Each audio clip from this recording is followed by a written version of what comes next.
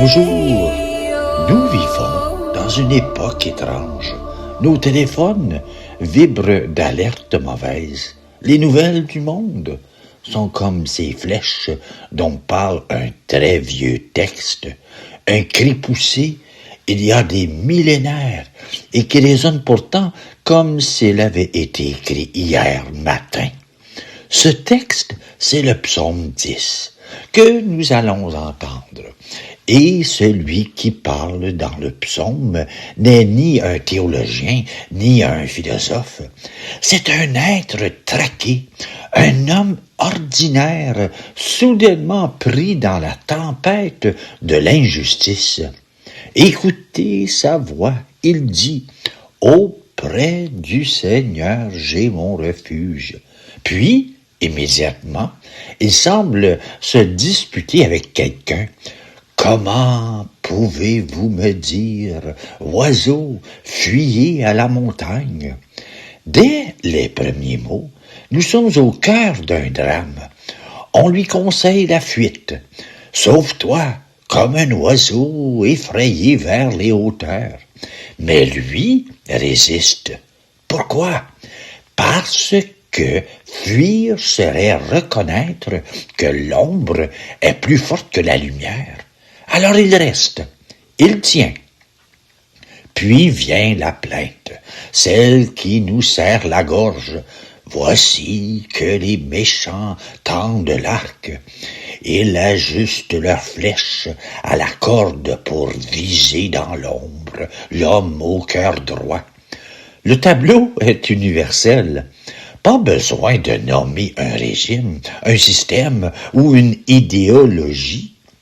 Pourtant, où un puissant arme sa ruse contre l'innocent, ce psaume est actualisé. Le méchant, ici, n'est pas forcément le criminel de roman, c'est celui qui a décidé que l'autre n'existe pas vraiment, qu'il peut être réduit au silence. Et voilà la question assassine, celle qui nous cloue au sol. Quand sont ruinées les fondations, que peut faire le juste? Arrêtons-nous sur cette phrase. Les fondations. Ce peut être la confiance en l'autre, la parole donnée, la justice des tribunaux, la bonté ordinaire des gens. Imaginez un édifice, plus de colonnes, plus de murs porteurs. Que reste-t-il? La poussière. Et pourtant, au milieu des décombres, il y a encore un homme debout. Il ne fait pas la guerre. Il ne fuit pas. Il pose une question. Cette question, c'est déjà une résistance. Mais alors, ce psaume ne serait-il qu'un cri désespéré? Non. Soudain, la voix change. Elle s'élève. Mais le Seigneur dans son temple saint, le Seigneur dans les cieux où il trône, garde les yeux ouverts sur le monde. Il voit, il scrute les hommes. C'est le pivot. L'homme qui semblait seul découvre qu'il n'est pas seul. Il n'est pas vu par les méchants. Eux regardent ailleurs. Mais il est vu. Il existe un regard qui traverse les murs, les complots, les ténèbres. Un regard qui n'est pas indifférent. Vous avez remarqué, vous allez remarquer que le texte insiste. Il voit, il scrute. Ce n'est pas un Dieu distrait, occupé à des affaires célestes. C'est un regard attentif à chaque geste, à chaque pensée. Un regard qui fait la différence entre celui qui écrase et celui qui pleure. Et ce regard n'est pas neutre. L'ami de la violence, dit le psaume, celui qui est en haut le hait. Mot terrible, presque choquant. Comment concilier amour et haine? Mais il faut comprendre. Dans la langue de l'âme, haïr l'injustice, c'est la première forme d'aimer la victime. On ne peut pas être du côté du juste sans être contre ce qui l'écrase. L'orateur devient alors comme un prophète.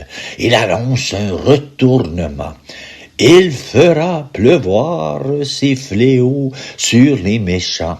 Feu, souffle et vent de tempête.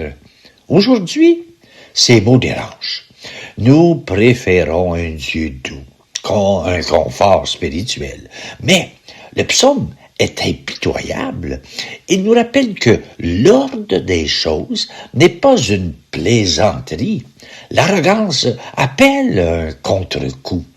Ce feu et ce souffle, ne les cherchez pas forcément dans un ciel vengeur. Regardez l'histoire. Tout système de violence finit par se consumer lui-même. L'oppresseur, qui ne voit pas l'humanité de l'autre, construit sa propre prison. Un jour, le vent de tempête emporte ce qu'il croyait solide. Ce n'est pas magique, c'est presque mécanique. La réalité finit par rattraper le mensonge. Mais attention, le psaume n'est pas un appel à la joie cruelle. Il dit, c'est la couple qu'ils auront en partage. La couple, dans la Bible, c'est le destin que l'on boit jusqu'à la lie. Les méchants boiront l'amertume de leurs actes. Ce n'est pas une vengeance extérieure, c'est une conséquence intérieure.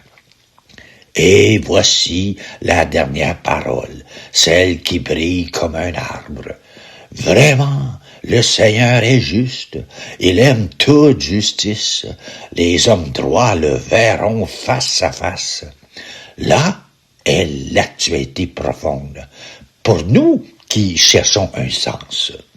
Dans un monde où les fondations s'effondrent, où les puissants semblent gagner, où l'ombre vise le cœur droit, que reste-t-il?